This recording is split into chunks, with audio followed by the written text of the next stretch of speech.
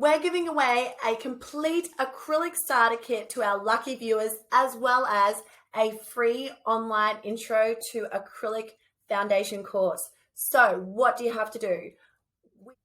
All you have to do is like, comment where you're from, and subscribe, and you are on your way to your new nail technician career. One of the biggest questions that I get asked from beginner nail techs are, what tools do I need to start my beginner acrylic course? So I'm just going to run through a few things that I feel you should have in your starter kit. Now, number one, an LED nail lamp. So you want to try and cure the gel polish of your lovely new fresh set of acrylics. So this is an essential.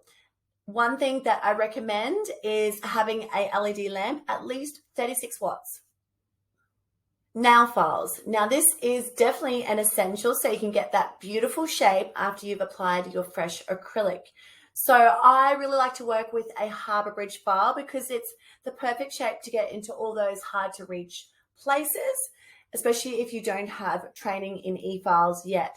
I recommend going anywhere from a 180 to 150 grit to a 100 grit.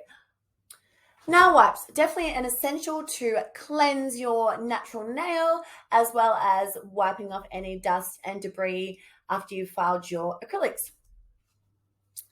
Nail brush. Kolinsky hair is the only type of acrylic nail brush that you should use. It's got the finest hair to pick up the best beads of acrylic. Dust brush and dap and dish. So dust brush explains itself, and dap and dish to hold your monomer for your acrylic sets. Nail edge cutters. So these are to clip the tips of your acrylic. If you don't have these, you can also use toenail clippers. They work just as good. Your monomer and your powder, aka liquid and powder. So that is what creates the chemical catalyst to create what is called acrylic. Base and top coat. This is a gel polish line, first and last coat that you would put on when you're doing nails or gel polish surfaces.